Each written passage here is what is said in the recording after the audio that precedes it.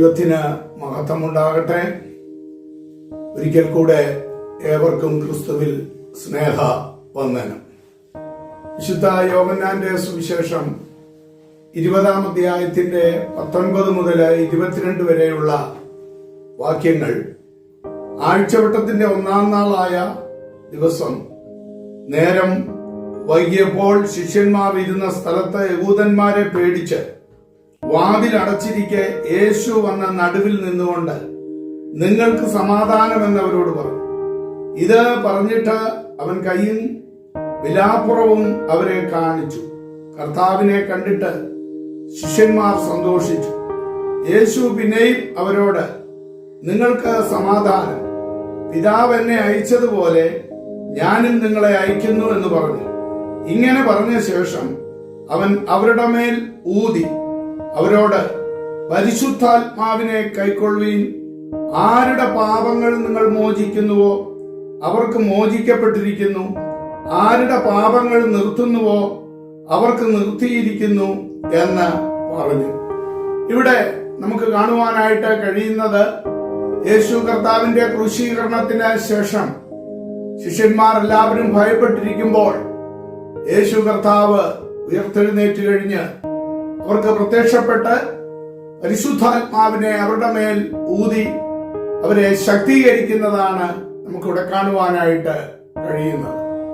ക്രിസ്തുവിന്റെ ശുശ്രൂഷകൾ പരിശുദ്ധാത്മാവിലൂടെയാണ് പൂർത്തീകരിച്ചത് എന്ന് നമുക്ക് വ്യക്തമായി മനസ്സിലാക്കുവാനായിട്ട് സാധിക്കും. മത്തായി സുവിശേഷം 3:11 യോഹന്നാൻ സ്നാപകന്റെ സാക്ഷ്യം, അവൻ നിങ്ങളെ പരിശുദ്ധാത്മാവിലും തീയിലും സ്നാനമേൽപ്പിക്കും എന്നായിരുന്നു എന്നും നമുക്ക് മനസ്സിലാക്കാൻ സാധിക്കുന്ന യാഥാർത്ഥ്യമാണ്. യേശുവിന്റെ ശുശ്രൂഷയ്ക്കുള്ള മുഴു ശക്തി സ്രോതസ്സും പരിശുദ്ധാത്മാവ് തന്നെ ആയിരുന്നു. യോഹന്നാൻ സ്നാനം കഴിപ്പിക്കുന്ന സമയം പരിശുദ്ധാത്മാവ് അവന്റെ മേൽ പ്രാവെന്ന പോലെ ഇറങ്ങി വന്നു.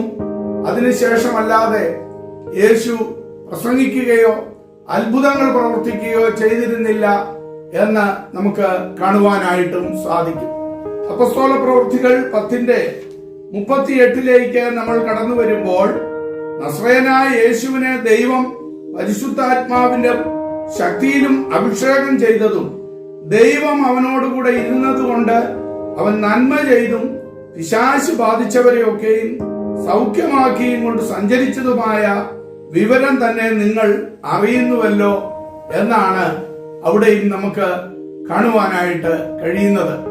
ഈ ഒരൊറ്റ വാക്യത്തിൽ 3 വ്യക്തിത്വങ്ങളെ കുറിച്ചും അവിടെ വ്യക്തമായി പരാമർശിച്ചിരിക്കുന്നതാണ് മനസ്സിലാക്കുവാൻ കഴിയുന്നത്. ക്രിസ്തുവിന്റെ ശുശ്രൂഷയിൽ രോഗികളെ സൗഖ്യമാക്കിയതും പിശാചിന്റെ പ്രവൃത്തികളെ ഒക്കെയും അഴിച്ചതും ഇതെല്ലാം അങ്ങനെ പരിശുദ്ധാത്മാവിന്റെ ശക്തിയിലൂടെയാണ് എന്ന് നമുക്ക് കാണുവാനായിട്ട് കഴിയുന്ന യാഥാർത്ഥ്യമാണ്.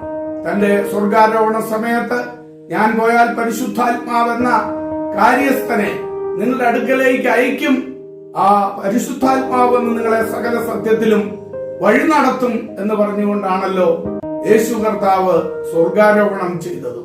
അതേ പ്രിയമുള്ളവരെ, പലപ്പോഴും ഇന്ന് നമുക്ക് പല കാര്യങ്ങൾ അസാധ്യമെന്ന് തോന്നാം. എന്നാൽ പരിശുദ്ധാത്മാവിന്റെ ശക്തിയോടുകൂടെ നാം നിൽക്കുമെങ്കിൽ നിശ്ചയമായിട്ടും നമുക്ക് അസാധ്യമെന്ന് തോന്നുന്ന കാര്യങ്ങളെ സാധ്യമാക്കി തരുന്നത് ദൈവത്തിന്റെ പരിശുദ്ധാത്മാവാണ്.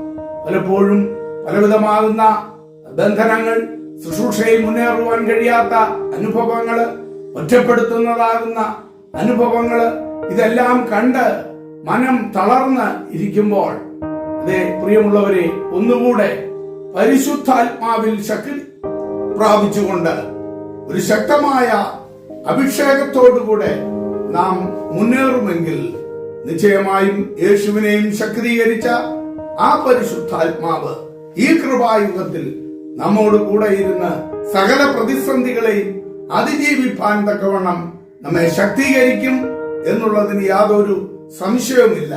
അതിനാൽ ഈ ദൂത് കേൾക്കുമ്പോൾ ഏതെങ്കിലും വിഷയത്തിൽ ഭാരപ്പെടുന്നുവെങ്കിൽ ഒന്നുകൂടി ആത്മനിറവിൽ പ്രാർത്ഥിച്ചുകൊണ്ട് പരിശുദ്ധാത്മാവിന്റെ അഭിഷേകത്തിൽ നിന്നുകൊണ്ട് ആ എതിരുകളെ തരണം ചെയ്യുവാനായിട്ട് ദൈവാകരങ്ങളിൽ സമർപ്പിക്കാം.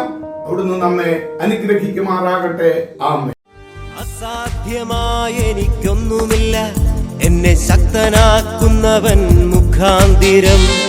അസാധ്യമായ എനിക്കൊന്നുമില്ല, എന്നെ ശക്തനാക്കുന്നവൻ മുഖാന്തിരം. ബുദ്ധിക്കതീതമാം അത്യത്ഭുതങ്ങളാൽ എൻ്റെ ദൈവം എന്നെ നടത്തുന്നു. ബുദ്ധിക്കതീതമാം അത്യത്ഭുതങ്ങളാൽ എൻ്റെ ദൈവം എന്നെ നടത്തുന്നു.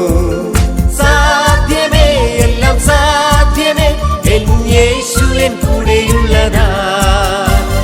സാധ്യമേ, എല്ലാം സാധ്യമേ, എൻ യേശുവിൻ കൂടെയുള്ളതാ.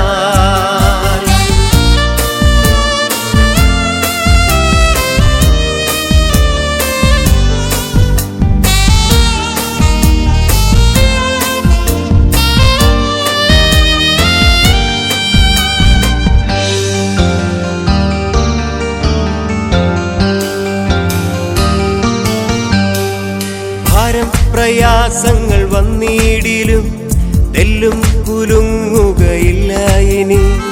ഭാരം പ്രയാസങ്ങൾ വന്നിടിലും തെല്ലും കുലുങ്ങുകയില്ല ഇനി.